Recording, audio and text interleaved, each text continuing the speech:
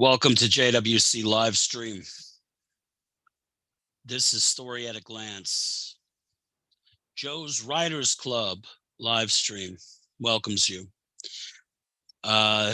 Story at a Glance, we do a short read, talk about it for a little bit.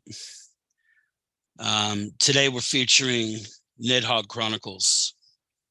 It's a book, a paranormal fiction book that I wrote.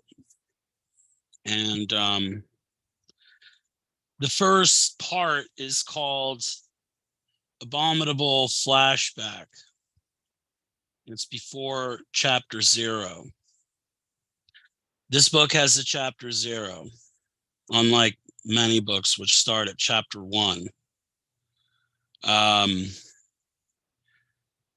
This one starts at chapter 0 because it represents the lowest point in the main character's life. And this abominable flashback is the explanation for why that is the case. So I'll lay it out for you. I'll read it now. This is Nidhogg Chronicles, Crusade of Shadows, and this is Abominable Flashback. During childhood, my family was hardworking, having purchased a cabin near a lake in the woods for getaways.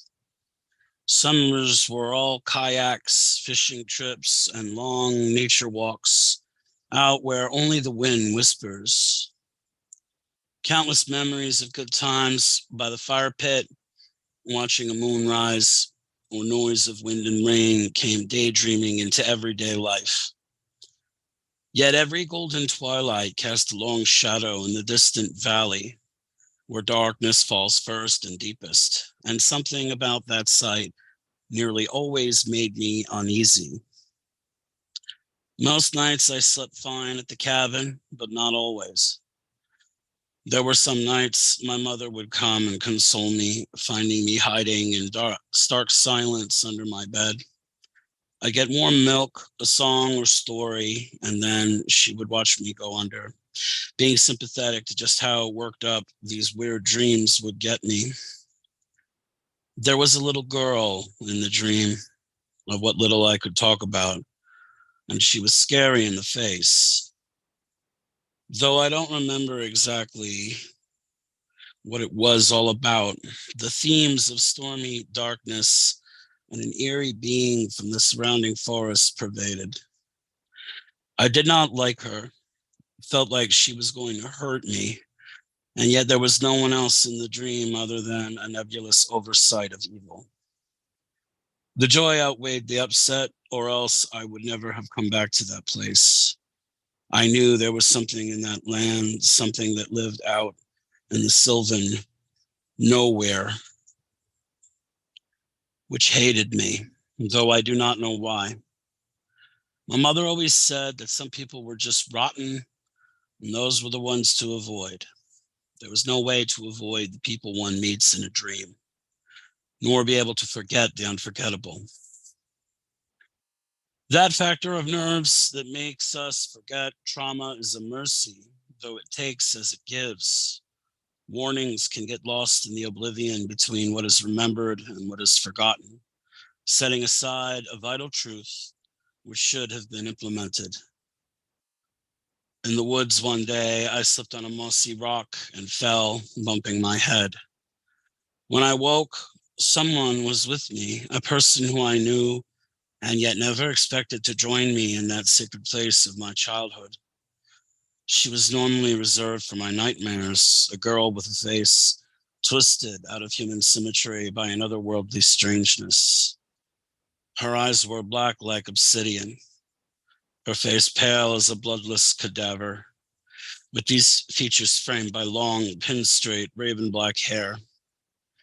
I knew her name was Nidhogg, and that she meant me ill, feeling like a playground bully from back in my everyday life. Once on my feet, I looked around for mother or father, or even my aunt or uncle, and instead, I found a darkening sky and this Nidhogg who smiled without any sweetness. If you say so, I will drag you down below.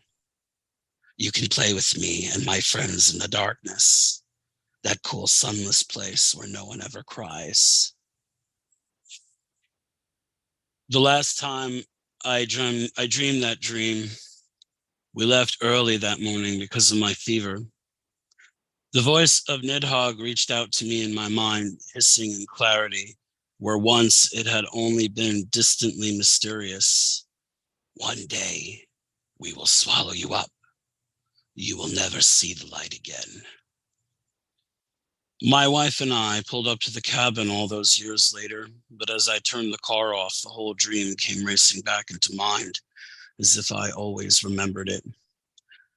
Dread touched me enough where Tilda put her hand on my sleeve and asked, "Are you all right, James? You look as if you've seen a ghost."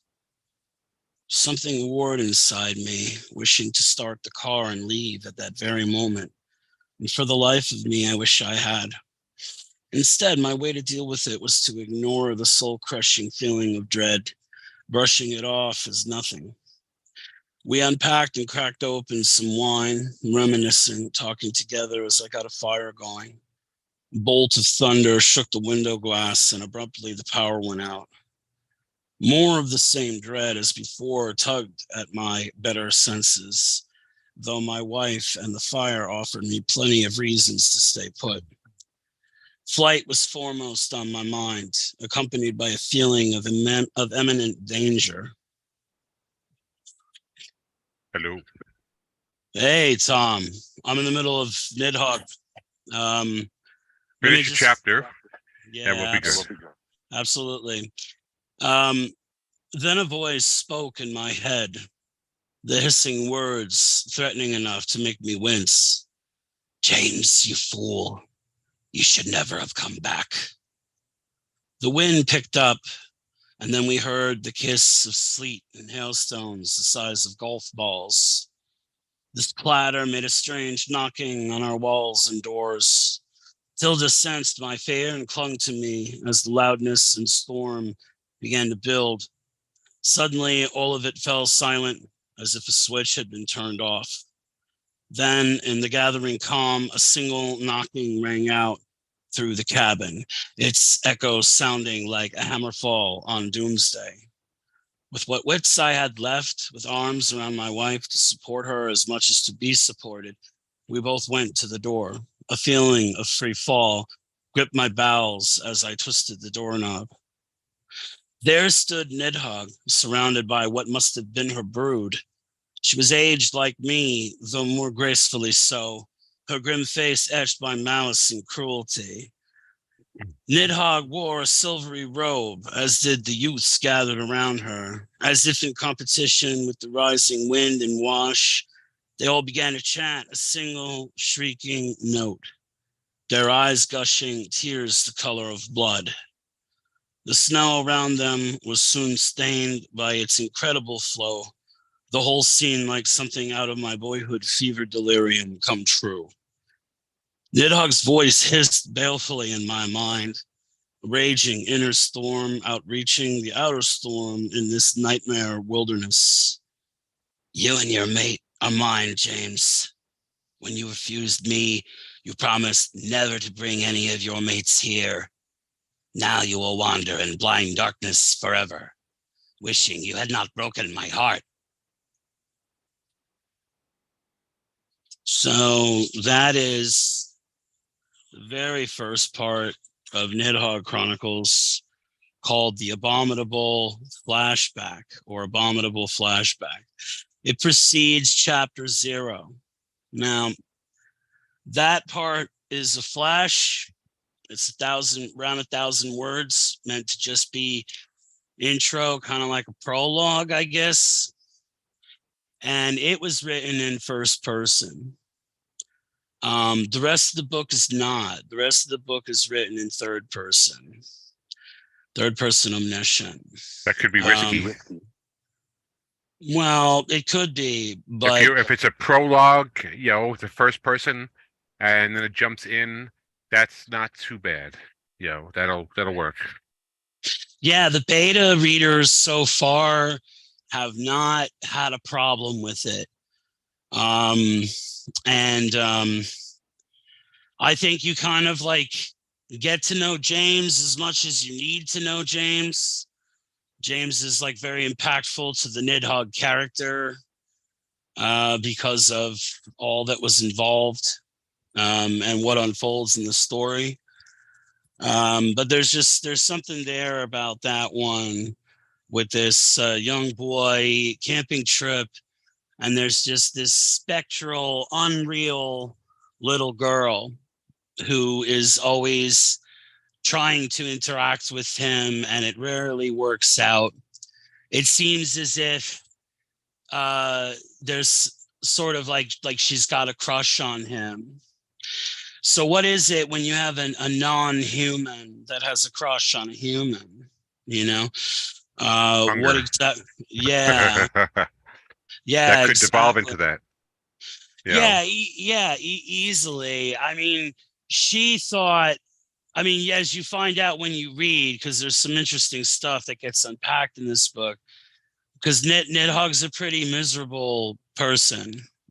She's not human. She's a hybrid between a human and something else, but she's miserable in that state. So that was Nidhogg Chronicles Crusade of Shadows. If you like the sound of it, I'm going to drop a link at the end of the live stream. Feel free to check that one out. If you like paranormal fiction and ufology and strange tales, I think it might be up your alley. So, Tom, we have Tom Tiernan here. How are you, man? Oh, excellent. I was delayed by my wife wanted to go for a walk, and she's recovering slowly, but so it's always good to build up her stamina. So I thought that was a good thing. Yeah, sure. And I hope you don't mind that I took off a little early as far as the read, but yeah. I didn't know when and if. I Hmm. figure I would do the story at a glance, with that short read this time. Maybe next week you can throw down a longer read. That's an idea.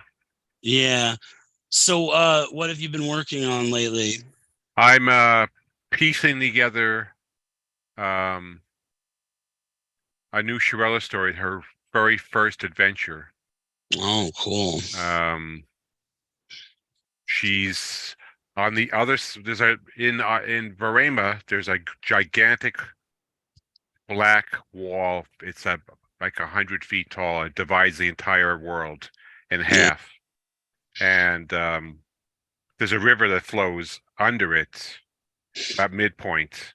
And Cirella was born on the western end of the world in the mountain kingdoms. She's a half stone elf, and her parents get killed in a palace coup that doesn't go well, and her uncle takes her away, and she's only 16 years old, and they run to the deepest south part of the southernmost kingdom of the mountain kingdoms, and there they find this cabin, and they hide out for a while. He teaches her all her how to unarmed and armed combat with a staff, with the sword, with all. And he also teaches her how to be a thief because when he was younger, he was a thief.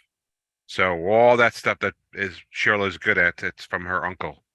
Mm. And in the story, one day these three miners come along and see the cabin, and they go in as Shirella's in the root cellar, and they kill the uncle, and she lifts the door, the root cellar door, and she wants to get in, and he looks at her and he shakes his head no, and she stays down there and she watches them kill him uh, with their long knives. And after they leave, she goes there and she's grieving, and she leaves. She gets out of the root cellar really quick before they go down there to look, and she runs off behind some rocks, and she gets a good look at them, and her right there, and then she says, "They must die." So the rest of the story is her hunting them down one by one and killing them. Mm. I mean, she's only 16. and she's got this 10,000-year-old sword that she can play with that gives her an advantage in time. And these are just three drunken louts that are, and she easily dispatches them. And so what I do at work is I've been writing about a page of the story, page and a half, 400-500 words at a time, and putting the date on there. I have a folder that the story is called Red Vengeance.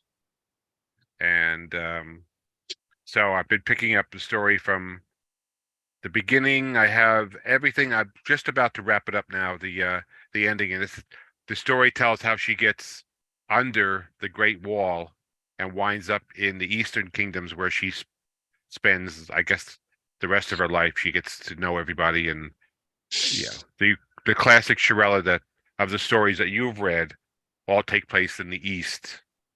So, well, it sounds great. When are you going to have this in a zero draft to be able to read? You need a couple more weeks, or no, let's see. She's killed just two of the bad guys, and she left the leader, and she's about to confront him. She's going to entice him by saying, you look like you could use a good time, and he follows her into the woods where she left her sword, and bam. So, so maybe next week. Maybe next week. Would it be ready for then? The zero draft, yeah, very, very possible, yeah. Like as in one that you could read, yeah, on the show, because I'll try to, half of it's handwritten and half of it's in the computer. I'll do my best to get it all in. Yeah, and we'll go from there. If not, we could put it off till next month. That'll give you plenty of time. Yeah. You mentioned that you were able to get like little sneak word yields at work. It's been, I mean, not every job allows for that, but it's wonderful that yours does. Well, I'm not really allowed, but I'm all by myself for hours, in this one spot where there's not, nobody's there, and the boss comes by every once in a while. How you doing? And I put my paper under the, I would never. Underneath. Yeah, I would never suggest that you were slacking, or there's some sort of I what I'm saying is during slow times or during moments of this or that, it affects nothing at all. It doesn't affect your job to do that. So understand what it is and is not allowed, but it's a question of not letting it distract you from your work. Like the creativity can sweep you away,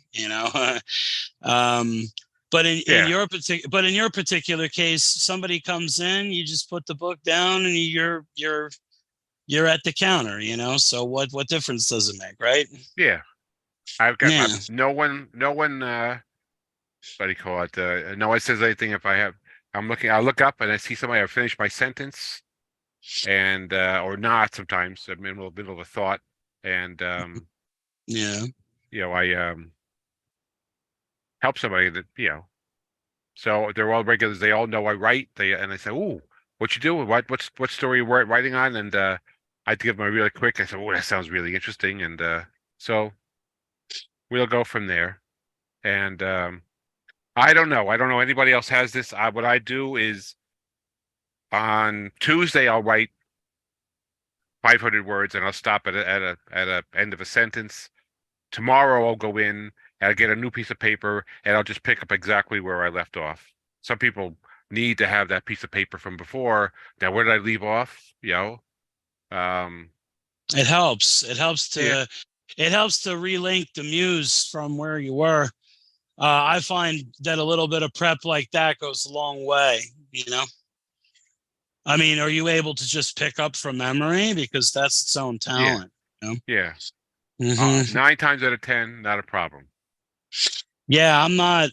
That's not within my grasp most times. Like I need a reference to be able to pick up, and I kind of need a little bit. Like, how long does it take you to like meditate on the muse and then get into it, or can you just like cold just you start scrawling? Believe it or not, pick up a pen and go. Yeah, so that's an amazing thing. That's an amazing thing. I imagine it's because you've been at it for so long, and you got an oil burning creative obsession. So Yeah, that's entirely what it is. Um, mhm, it's a habit more than anything. It's not a talent or of any particular sort that I have. It's mhm. it's just what it is. I yeah, I think you think if you ask a lot of people who've been writing for 25, 30 years, they'll say, Mhm. "Oh, sure, I do exactly the same thing." So, Yeah, well, everybody's got it a little different. I gotta have those outlines. Um, I try to get a whole chapter done at one sitting, hmm, because then it's like it's better to go from chapter to chapter. I think it's a little more difficult even if like I write half a chapter, three quarters of a chapter. Sometimes it's hard to get back into the chapter. But it's not hard with the chapter outline and the word budget for me to just get back into the actual narrative and write the next chapter. So I guess it's all just different perceptions and different levels of um, creative consciousness. I admire those who can pants and just throw down with pantsing, but that ship has sailed. I can't do that. I tried to pants and it's all over the place. Like I need my outlines. Oh, well, that looks like that. All right. Well, folks, I hope you enjoyed the Nidhogg Chronicles read. I'm going to drop the link in the comments. Go check it out. It's on Amazon. Um, like and review.